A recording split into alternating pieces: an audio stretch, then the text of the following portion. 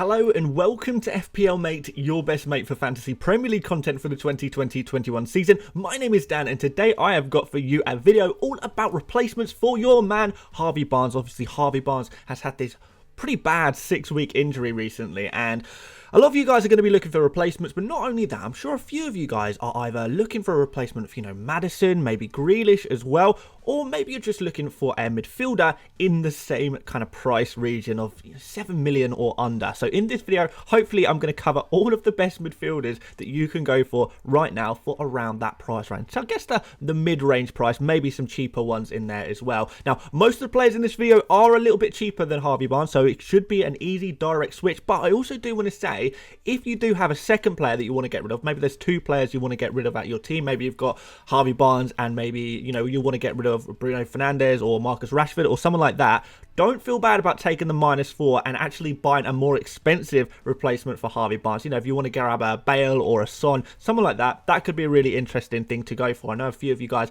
have considered doing that already, but in this video, I'm going to be covering purely only midfielders in that mid-range price, I guess. So we're going to go through some obvious picks. We're going to have a couple of differentials. We're going to go for some players who don't play in game week 29. So maybe if you've got some tactics or strategy that's going to help you already to navigate game week 29, we can still look at some players from them. And then, of course, we're going to go through some avoids, I guess. Similar to buy, sell, keep avoids, we are going to go through some avoids, some potential traps that you don't want to go for. So all of that to come in this video. Let's start off with your obvious picks for a replacement. So we'll start off with Ilkay Gundogan. I know a lot of people are a little bit nervous about Gundogan just because KDB is back in the team. Some people wondering maybe if Gundogan is going to be playing slightly deeper on the field. I don't know if that's necessarily completely true by what I've seen so far.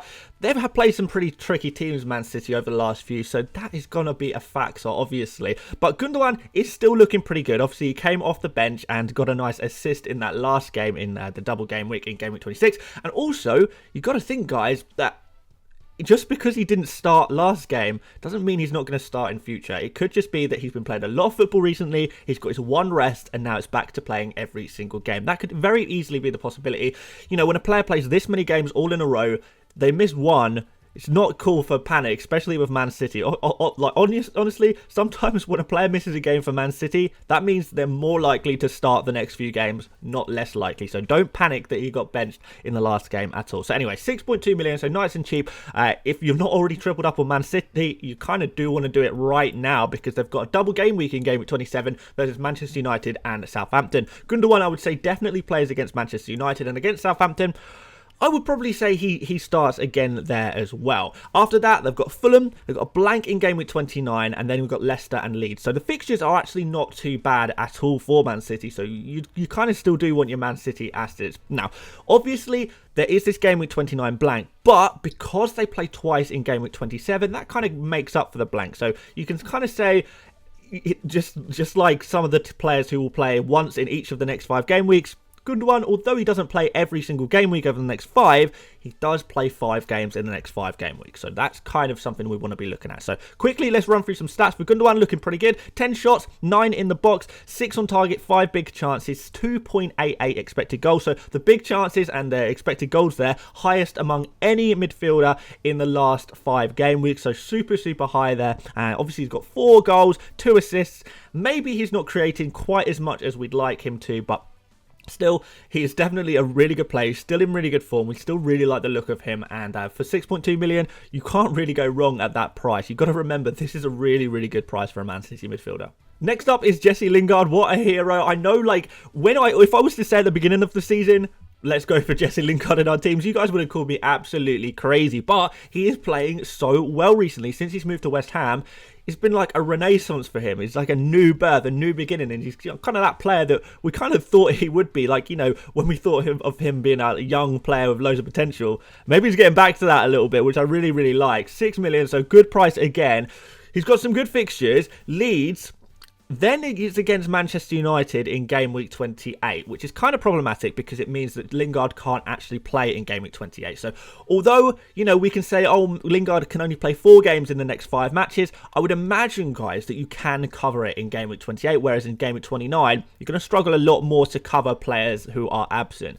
In game week 28, you're going to be fine for that. So hopefully you've got another player who can just step in for that one game week and just have Lingard against Leeds. Really good fixture for an attacker. You know, we've got Arsenal in game week 29, so we've got game week 29 covered. We've got Wolves and Leicester after that as well. So fixtures, not too bad, but West Ham are in really nice form right now. And like I said, Lingard in particular is in really good form. So in his last 16 shots, 8 of those were in the box. About half of those shots are in the box.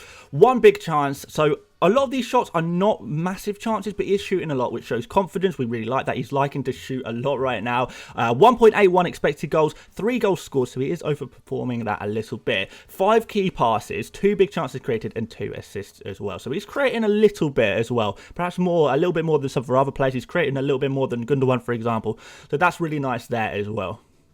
Next up, Rafinha, one of the favourites of the FPL Mate channel, I guess. We really do like him. 5.4 million. I can't believe he is still so cheap. He is in incredible form. He's in really, really good form. He kind of just looks like the star of this Leeds United team. He's too good for them, guys. Let's be honest. He's just like absolutely crazy. He's going to get a big summer move, that's for sure. He is just playing so well right now, which kind of, he has to be playing right now because the fixtures are not ideal. So West Ham next, then Chelsea, Fulham, Sheffield United, which is a good fixture, and then Man City in later down the line. So the fixtures are not ideal in general, but he does play a game week 28, so we have got that covered. He is in really good form. We can see over his last 5 games, 14 shots, 7 in the box, 1 big chance, 1.28 expected goals. So again, not necessarily big chances, but he is shooting a lot. He's only had 1 goal. So what's really impressive about Rafinha recently is the amount of chances he's creating. So 18 key passes. So that's kind of like 4 times the amount that Lingard's producing right now. So that really is quite huge. 5 of those have been key passes, 2.87 expected assists, and only 2 assists. We can see when we've watched Rafinha recently that he should have had so many more assists than he's had recently. He is creating so many high quality chances. It really does look really, really good. He's creating and creating and creating. And he's also on set pieces as well, which is really, really nice. And seeing him shoot from free kicks and take corners and stuff like that is really, really nice, actually. I just really like Rafinha at the moment. And if it wasn't for those fixtures, he would be kind of the player you'd say, okay, definitely get Rafinha. But because of those fixtures, it's not ideal. But just because these players are the obvious picks, that doesn't mean they're the only picks. And I have got for you now 3 differential picks if you are feeling rather spicy. Let's start you off with Anwar El Ghazi, 0.9% owned, so under 1% owned, and he's only 5.3 million as well, so pretty cheap there. His next fixtures, Wolves, Newcastle, which is quite nice there, Spurs in game week 29, and he's got Fulham and Liverpool. The fixtures aren't amazing, they're pretty good in the short term, and you've got game week 29 covered as well. The stats are a little bit harder to say because he's only started the last 2 games. He's been out of the team for quite some time, but it does look like he's back in the team to stay. I know he has started in the game. Well, he is starting in the game today because the team sheets have come out as I've recorded this video, but I am recording before Aston Villa's second game against Sheffield United in game week 26, so I can't tell you what happened in that game at this point. Maybe he plays another blinder. I don't know, but over the last 2, his stats do look okay. So 5 shots, 3 on target, 2 in the box, 1 big chance, 0.7 expected goals. He obviously scored that 1 goal in the double game week, 4 key passes, and 0.24 expected assists. So it's a much smaller pool of data there, which is why this is a little bit risky. And the differential guys are obviously going to be a little bit risky. So if you are feeling the risk, you could potentially go for El Ghazi. I do think he is going to stay in the team, particularly if, you know, we've got kind of Jack Grealish out of the team at the moment. We've got Barkley, who is kind of benched today, so I don't know if Barkley's out of the team now. Obviously Ramsey's playing at the moment, who's kind of a bit of a youth product. Maybe he shouldn't be a first starting player, so maybe it does look like El Ghazi is going to be a starter at least for a little while. Let's see if he continues to form, and you know, if you want to take a risk and go in early on him, then now could be a good opportunity when you've got your player injured and you want to bring in someone like this in. Next differential is Lucas at Spurs, 1.2% owned and 6.6 million, so a little bit more expensive, but still cheap enough that you can make a straight swap for, you know, a Harvey Barnes, a Jack Grealish, or a James Maddison straight to Lucas. Very easy to do. Next fixtures look okay. Crystal Palace next, which is very nice. Arsenal then. Spurs, I don't know. I feel like they've got a pretty good record against Arsenal, haven't they? Which pains me to say, believe me. Then we've got Aston Villa next, who are not actually performing as well as we hoped defensively recently. They kind of got the hero Martinez keeping them in it a little bit. Then Newcastle, which is nice, and Manchester United, which last time time Spurs played Manchester United, we know what happened there. So that could be really, really interesting. Over the last 5 games, and this does include, by the way, 1 sub appearance and 1 appearance where Lucas came off the pitch at half time. So kind of take this with a bit of a pinch of salt because he's not started every single game. But 7 shots, 4 in the box, 1 big chance, 0.85 expected goals. Obviously, he got 2 goals over this period, 3 key passes, 1 big chance created, 0.67 expected assists, and 1 assist. So he is overperforming.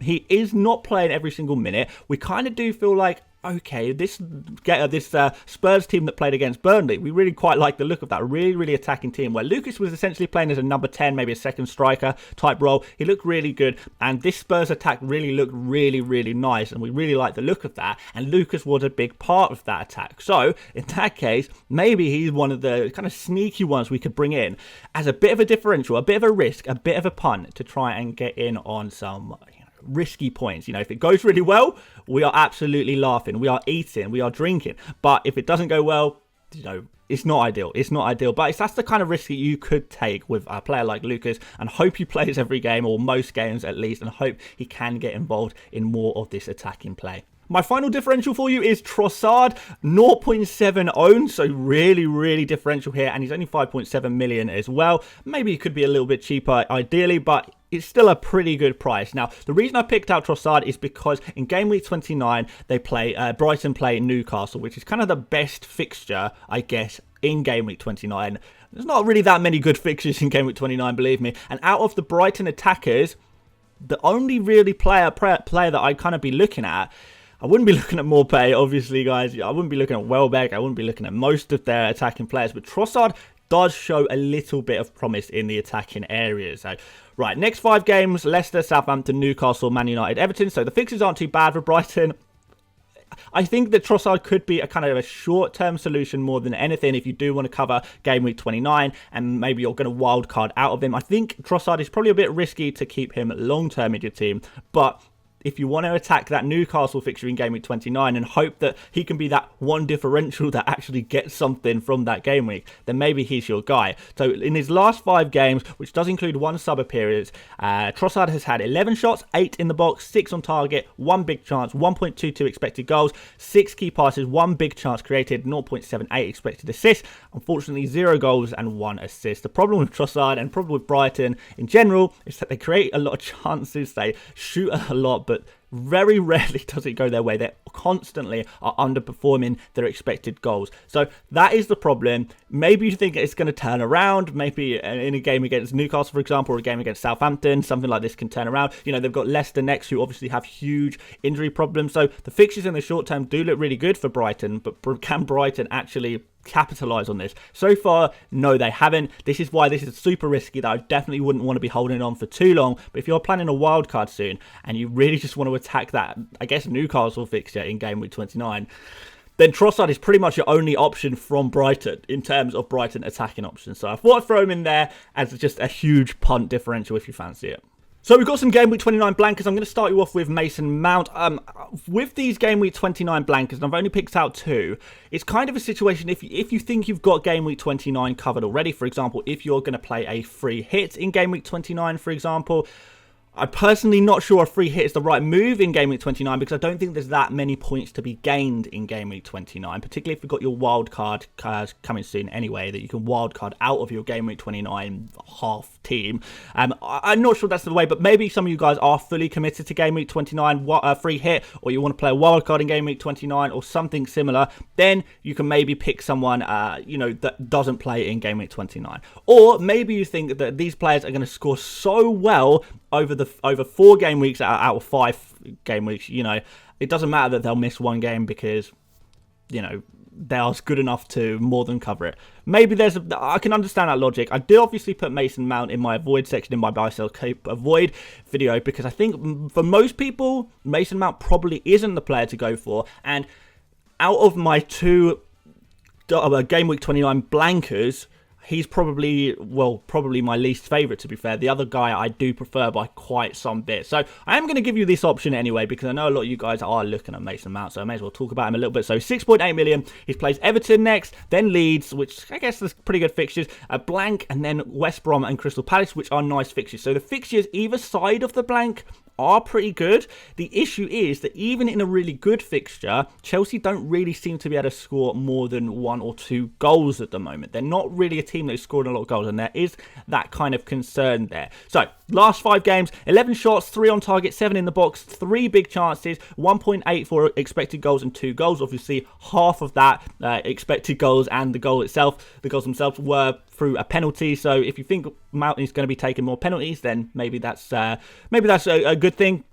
Or maybe it's, you kind of look at these stats as maybe a slight anomaly there, but he is taking a lot of shots and he is looking really good as well. 11 key passes, 1 big chance created, 1.09 expected assists and no assists. We know kind of with Chelsea they're not really scoring a lot of goals, so that's not entirely surprising. So we kind of got, is he going to be on penalties? I don't know, maybe if he wins the penalty he'll take it. He's going to be on set pieces, yeah, he'll be on some. Are Chelsea going to score more goals than they are currently? Probably not, but maybe you think they are. So not fully convinced by Mount, especially if you've not got a plan to navigate game week 29. If you haven't got many players for game week 29 already, Mount is probably not the player you want to go for. But I just thought I'd throw it out there because for some of you it might be relevant. But even if it is, there is a player that I do prefer.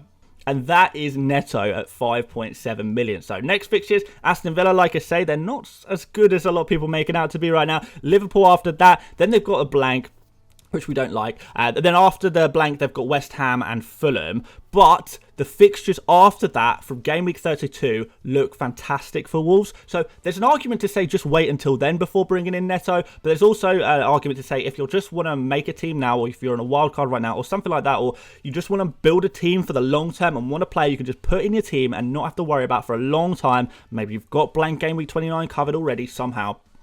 Then we can go for a player like Neto, because later down the line, from game week 32, the fixtures do, as I say, look really good. And Neto, in general, is looking really fantastic at the moment as well. So, over the past 5 games, he's had 15 shots. That's really nice. 7 of those in the box. Very nice. 4 on target. So, maybe not all of his shots are hitting the target, but he is shooting a lot at the moment. He's had 2 big chances, 1.35 expected goals. He scored once. 12 key passes, 1 big chance created, 1.08 expected assists, and 1 assist. So, there is a lot of creativity there from Neto as well. So in general, he is looking really quite good. The fixtures they're okay. They're okay in the short term. There is this blank, but they do look really good later on. So maybe wait, maybe go for him now.